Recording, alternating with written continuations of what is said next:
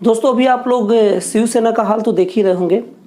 शिवसेना का हाल आज उस पड़ोसी की तरह हो गया है जिसके घर में जब भी कोई बच्चा बिगड़ता है या बच्चा उसके कंट्रोल से बाहर हो जाता है तो वो हमेशा अपने पड़ोसी को ही दोष देता है, पड़ोसी के बच्चे को, मतलब उसके साथ रह के बिगड़ गया, वही उसको बिगाड़ा है, वही उसको बाहर घुमाता है, जैसे कि उसको गोद में लेके चल जाता है। आज ठीक वैसे ही संजय राउत, उद्धव ठाकरे और प्राय जो बचे खुचे जो शिव सैनिक जो हैं, शिवसेना में जो बचे हैं, वो सब के सब यही बात आज बीजेपी को आरोप लगा रहे हैं। भाई विधायक शिवसेना के भगे, बागी शिवसेना के विधायक हुए, सारा चीज तो शिवसेना के लोग हुए हैं, तो इसमें भाजपा क्या करेगी? अब ऐसा तो नहीं कि भाजपा शिवसेना के विधायकों को, उनके विधायकों को उठा कर सीधे गोद में लेकर चल गई, पहले सूरत ले गई और फिर गुवाहाटी लेकर गई।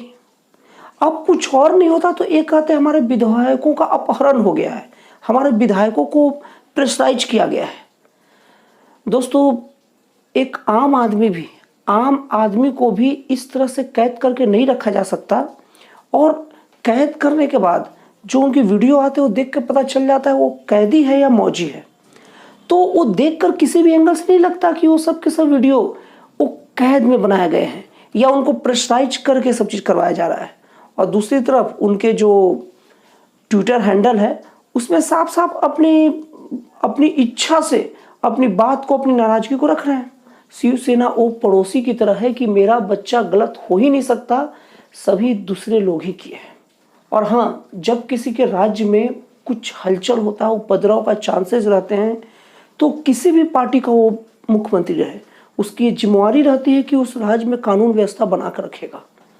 लेकिन यहाँ पर देखा जाए तो शिवसेना के जो संजय राउत जी हैं, जो शिवसेना के उद्धव ठाकरे जी के बाद शायद प्रमुख वही हैं, तो वो बार बार महाराष्ट्र चलेगा, हम सड़क पर आ गए तो ये होगा, सैनिक हमारे, शिव सैनिक हमारे इशारे की प्रतीक्षा कर रहे हैं। इस टाइप के मैसेज दे के बार बार वहाँ का माहौल खराब किया जा रहा है। और मेरी हंसी का सीमा पार हो जाता है जब संजय राउत जी कहते हैं कि देश में लोकतंत्र नहीं बचा, बीजेपी दादागिरी कर रही है।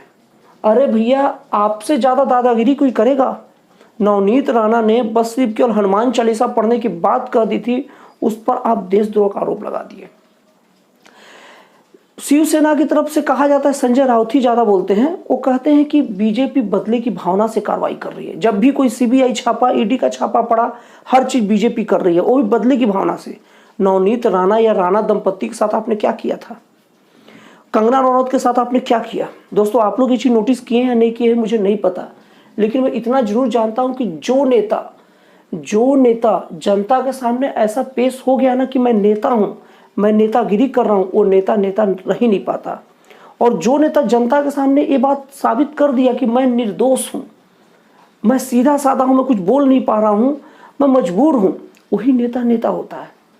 आज शिवसेना की तरफ से संजय राउत जी जिस तरह से बयान पर बयान देते हैं, जिस तरह से विरोधियों को कुचलते हैं, जिस तरह से भाजपा के ऊपर आरोप लगाते हैं, वो देश का बच्चा जानता है कि यहाँ क्या चल रहा है। अगर उनके विधायक बागी हुए हैं तो आप उनसे बात करिए, और बात अगर नहीं मान रहे हैं तो आप सीधे कोर्ट का दरवाजा खटखटाइए कि मेरे से बाहर क्यों हुए। और दूसरी बात, अगर वो विधायक चाह रहे हैं कि वो किसी और पार्टी को समर्थन देंगे तो विधायक का निजी मामला होता है कि मुख्यमंत्री के पक्ष में या विधायक दल का नेता कौन होगा, ये विधायकों का निजी मामला होता है। तो आप इतना ज्यादा हस्तक्षेप क्यों कर रहे हैं? आपके पार्टी के विधायक है, बिल्कुल मानते हैं, लेकिन वो जनप्रतिनिधि है, वो जनता द्वारा चुने गए हैं, उन्हें जनता के पक्ष में फैसला लेने का पूरा अधिकार है। अब एक हंसाने वाली बयान अक्सर 2 दिन से चल रहा है कि गुवाहाटी में क्या कर रहे हो, सूरत में क्या कर रहे हैं, आप इधर तो घूम क्यों नहीं रहे हैं, महाराष्ट्र में आइए, आके बैठिए, बैठ के बात करते हैं। किसी से छिपा नहीं है कि महाराष्ट्र में अपने विरोधियों के साथ क्या बर्ताव किया जाता है। आज जब वो नहीं है तो उनके पोस्टर फाड़ दिए जा रहे हैं, उनके घरों पर हमला किया जा रहा है। क्या वो महाराष्ट्र में या बंबई में रहेंगे तो उनके साथ कोई सलूक अच्छा होगा? उनके ऊपर कितना प्रेशर बनाया जाएगा? वो सब एक साथ बैठ नहीं सकते, ये किसी से छिपा नहीं है। आप ऐसा माहौल ही नहीं बना के रखे हैं कि कोई आपके विरोध में चला जाए और आप उनसे बैठ के शांतिपूर्वक तरीके से बात कर ले। मैं उन सब ये बोलने वालों को मैं एक ही जवाब देता हूं कि महाराष्ट्र सरकार ऐसे माहौल बना के नहीं रखी है कि उसके विरोधी उनके साथ बैठ के बात करने लायक बचे। उन्हें न चाहते हुए बाहर जाना ही पड़ेगा। और चूंकि कहा जाता है कि ये शिवसैनिक जो बाहर गए हैं ना, शिवसेना के विधायक, वो अपने शिवसेना के अध्यक्ष को रग रग से वाकिफ है, तभी बाहर घूम रहे हैं। उन्हें पता है कि शिवसेना क्या करती है। जो शिवसेना सड़कों पर उतरने की बात करती है, जो शिवसेना खुलेआम धमकी देती है कि महाराष्ट्र में आग लग जाएगा, उस शिवसेना से उम्मीद किया जा सकता है कि वो बैठ के बात कर लेंगे। और दोस्तों, अगर आपको मेरी बात ठीक से समझ में ना आ रही हो तो ऐसा करो, ये मान लो, सपोज करो कि यही जो शिवसेना के साथ हो रहा है ना, यही बीजेपी के कोई विधायक किसी स्टेट में ऐसे बागी बन के रहते हैं, तब कांग्रेस और संजय राउत जी का बयान क्या आता, सुन लीजिए। भाई, अगर आप कोई गलत काम करोगे तो सबका जमीन मरा नहीं होता। आपके जो अच्छे सोच वाले, जो जिनका जमीन जिंदा है, आपके साथ बगावत तो करेंगे ही। आप जब गलत करोगे तो सब आदमी गलत नहीं होता, कोई सहेगा नहीं, आपसे दूर जाएंगे। और सारे अच्छे लोग आज बीजेपी से अलग हो गए हैं, ऐसा आपका बयान आता है। और उसके बाद अगर वो बीजेपी प्रेस्टाइज करती तो आप कहते लोकतंत्र का गला घोटा जा रहा है। जब नेता ही सुरक्षित नहीं है, जब नेताओं की बात ही नहीं सुनी जा रही है, तो आम व्यक्ति की बात बीजेपी क्या सुनेगी। और जो बागी विधायक है ना, उनको कब का क्रांतिकारी, देश प्रेमी, बहादुर योद्धा, क्या क्या नाम दे दिए रहते। अगर यही बीजेपी के साथ होता तो, बीजेपी के विधायकों के साथ यही बात होता तो, और बीजेपी थोड़ा भी दबाव डालती तो उन्हें हिटलर से बड़ा कोई अगर कोई तानाशाह होता तो उसका नाम दे दिया जाता। लेकिन यही आज संजय राउत के साथ है तो कोई भी पक्ष इसमें कुछ नहीं बोल रहा है। दोस्तों, बीजेपी की सबसे बड़ी खासियत ही यही हो जाती है, सबसे प्लस पॉइंट ये हो जाता है कि बीजेपी देश में मासूम पार्टी के रूप में खड़ा हो जाता है। बीजेपी एक ऐसी पार्टी है जिससे, अब उनके अंध विरोधी की बात नहीं कर रहा हूं मैं, और अंध भक्तों की बात नहीं कर रहा हूं, क्योंकि अंध भक्त और अंध विरोधी दोनों के दोनों किसी भी चीज को सही तरह समझ ही नहीं सकते। आज बीजेपी का शिकायत तो मतलब विरोधी पार्टियां तो उसको पूरा हिटलर, तानाशाह सब बोल देती है, लेकिन जो लोग निष्पक्ष रूप से बीजेपी को देखते हैं उनको बीजेपी शिकायत इस बात से ही रहती है कि वो कड़क नहीं होता। अभी कृषि आंदोलन में जो किसान आंदोलन के नाम पर देश में जितना उत्पात मचाया गया, जितने रास्ते को बंद रखे गए, सबको एक ही बात से बीजेपी की शिकायत है कि आप कड़ाई से उनके साथ क्यों नहीं निपटे।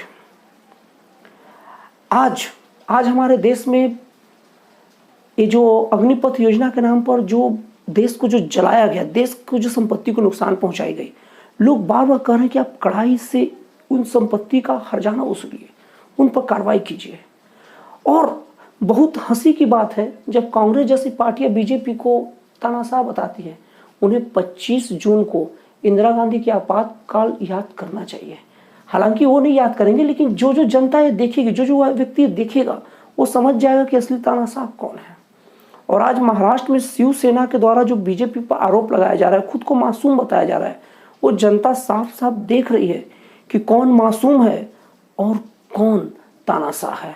तो दोस्तों, मेरा वीडियो का फाइनल निचोड़ यही है कि हम जो करते हैं वो किसी से छिपता नहीं है, सबको दिखते रहता है। और अगर मैं लोगों की नज़र में बता दूं कि मैं होशियारी दिखा रहा हूं तो अभी मैं होशियार नहीं बना।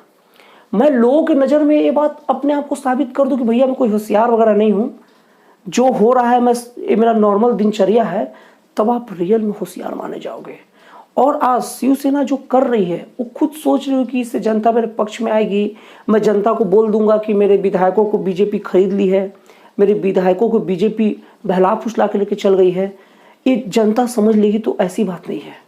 अगर उन्हें सचमुच कुछ करना है तो आप जनता से किए वादे को पूरा कीजिए और जन कल्याण के पक्ष में बात करिए। अगर आपके विधायक बागी हुए हैं तो उनको मनाने के प्यार से कोशिश कीजिए, और प्यार से नहीं मानते हैं तो उनको उनका फैसला लेने दीजिए, तब शायद आपके पक्ष में बात ही बने। लेकिन अगर आप अकड़ के रहेंगे, विधायकों को डराएंगे, धमकाएंगे, तो आप कहीं के नहीं रहेंगे।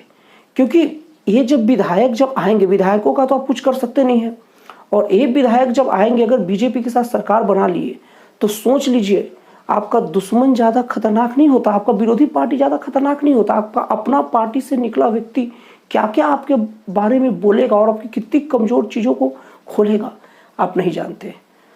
तो दोस्तों फिर मिलता है अगली वीडियो में एक नए, एक जन कल्याणकारी और एक राष्ट्रवाद से प्रेरित नए विचारों के साथ।